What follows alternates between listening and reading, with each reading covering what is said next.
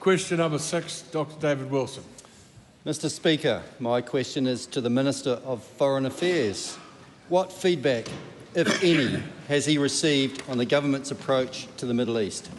The Right Honourable Winston Peters. Over the last 10 days since speaking to the UN General Assembly in New York, we've been pleased by the positive feedback we've received from a good number of New Zealanders.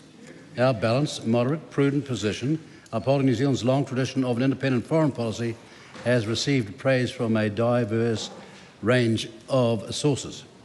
New Zealanders agree with us that the government should be acting carefully and in our national interest. They agreed that we should be calling out behaviour from both Hamas and Israel that undermines peace in the Middle East and the two-state solution. They agreed that we should be doing our bit to alleviate the grave humanitarian situation in Gaza, and they agreed that we should be supporting those efforts by countries with influence over the situation to use their leverage to try and bring about lasting peace. Supplementary. How has New Zealand's international reputation been impacted by the announcements in New York? No, knackering is that member's specialty. We have had conversations in recent times with leaders and foreign ministers, with senior officials from dozens and dozens of countries, both in the Middle East and close to home.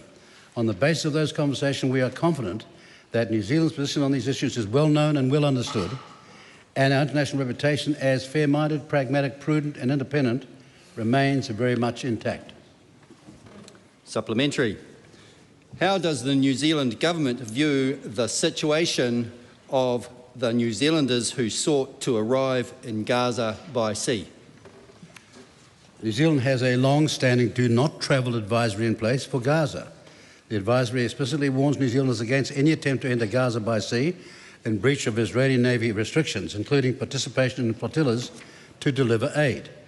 Those New Zealanders who flagrantly ignored those warnings did so at their own peril. It's a bit rich for them now to turn around with the support of members of this House and demand New Zealand government assistance. We, of course, expect any New Zealanders overseas to be treated in a manner consistent with international law and provide consular assistance to any New Zealanders abroad who ask for it. Having said that, these New Zealanders knowingly put themselves in that position and they will not be getting any special treatment from the New Zealand government. And what an irony, standing outside my place shouting out, "Bring them home," when we told them not to go. Now there they are outside the door shouting out, "Bring them home." That's right. Right? That's right. Well, that's circus.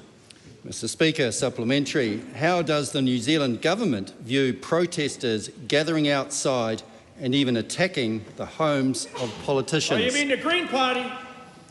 Unlike some members opposite, we absolutely deplore such actions.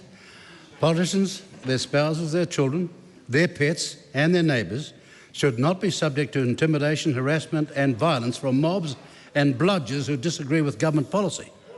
We live in a democracy where views can be aired freely and openly, and where protests can and do happen all the time in public places, but this should not extend to gathering outside and even violently attacking politicians' homes.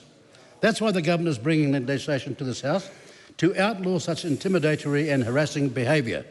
And that is why those members opposite who have colluded and collaborated with protesters targeting politicians' homes should be utterly ashamed of their hypocritical selves. Yeah. Get a crowbar.